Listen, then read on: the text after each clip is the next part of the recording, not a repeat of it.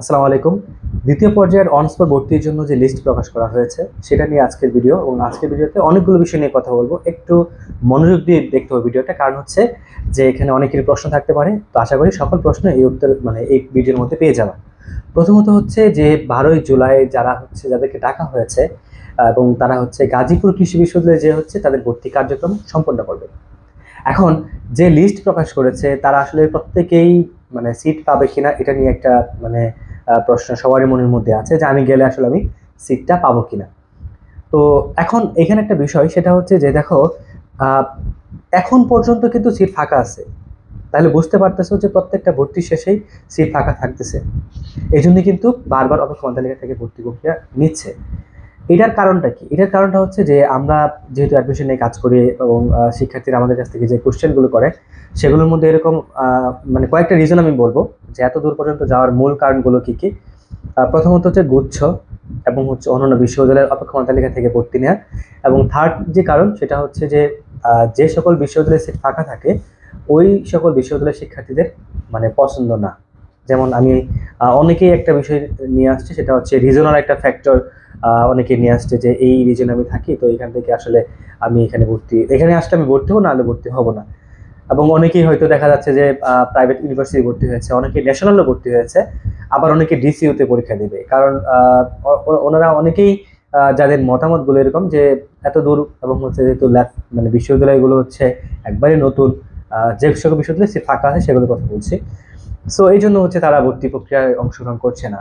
অনেকে টাকা জমা দিয়েছে যে কাঙ্ক্ষিত সাবজেক্ট পেলে তাহলে ভর্তি হবে, নাহলে হবে না। সো এই যে এই সকল ফ্যাক্টরের কারণে হচ্ছে সিটগুলো ফাঁকা থাকতেছে। তো এখন যাদের লিস্ট প্রকাশ করেছে এই লিস্টের আসলে সবাই সিট পাবে না, এটাই স্বাভাবিক। কিন্তু এখানে একটা ফ্যাক্টর আছে যে আসলে সবাই উপস্থিত হবে না।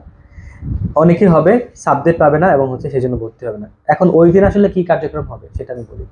যে 12ই জুলাই যে গাজীপুর কৃষি বিশ্ববিদ্যালয়, প্রত্যেকটা বিশ্ববিদ্যালয়ের এক একটা বুথ থাকবে।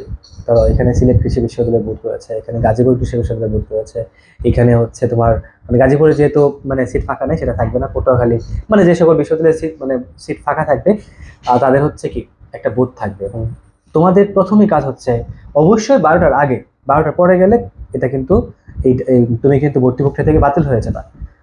কেন বাতিল হয়ে যাবে এটা আমি বলি। 12টার আগ পর্যন্ত যারা হচ্ছে রিপোর্টিং করবে, আপনি উপস্থিত হয়েছেন, এই উপস্থিতির উপর ভিত্তি করে যারা যারা উপস্থিত হবে তাদেরকে নিয়ে হচ্ছে একটা লিস্ট প্রকাশ করবে, এবং যতগুলো সিট আছে ততগুলো লিস্ট প্রকাশ করবে, ততজন শিক্ষার্থীর লিস্ট প্রকাশ করবে।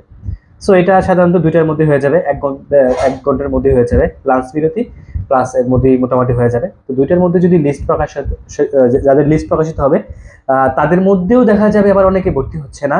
কারণ হচ্ছে কি, তারা কাঙ্ক্ষিত সাবজেক্ট পায় নাই। ঠিক আছে, এই জন্য।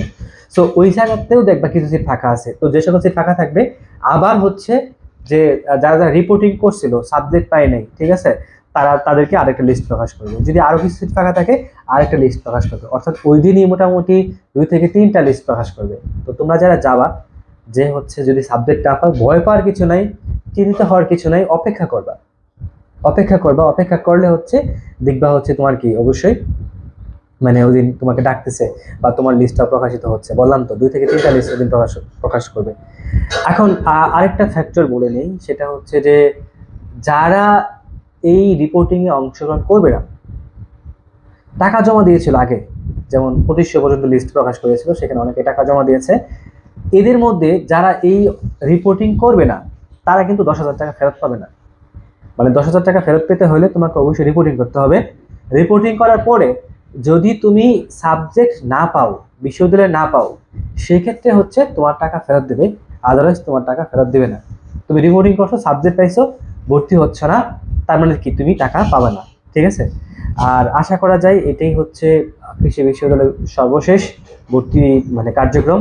এরপরে আমার মনে হয় না যে আর ভর্তি কার্যক্রম চলবে, কারণ কতজন শিক্ষার্থী দেখেছে যারা হচ্ছে মোটামুটি ভাবে সিটগুলো ফিল আপ হয়ে যাবে।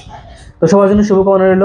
আর সবার উদ্দেশ্যে আরেকটা কথা বলবো, যে আপনারা সবাই হচ্ছে প্রয়োজনীয় কাগজপত্রগুলো অবশ্যই অবশ্যই অবশ্যই নিয়ে যাবেন। কারণ হচ্ছে এটা লাস্ট ভর্তি প্রক্রিয়া। তো অনেক সময় শিক্ষার্থী কাগজপত্র নাই, সেক্ষেত্রে কিন্তু তারা জমা নাও নিতে পারে। ঠিক আছে। সো সবাই ভালো থাকবেন, সুস্থ থাকবেন। আপনাদের সাথে ছিলাম একটা বছর, এবং আপনাদের সকল ধরনের ইনফরমেশন দিতে চেষ্টা করেছি। সবার আগে সঠিক তথ্য দিতে চেষ্টা করেছি। আমি জানি না আসলে আপনাদের কতটুকু উপকার হয়েছে।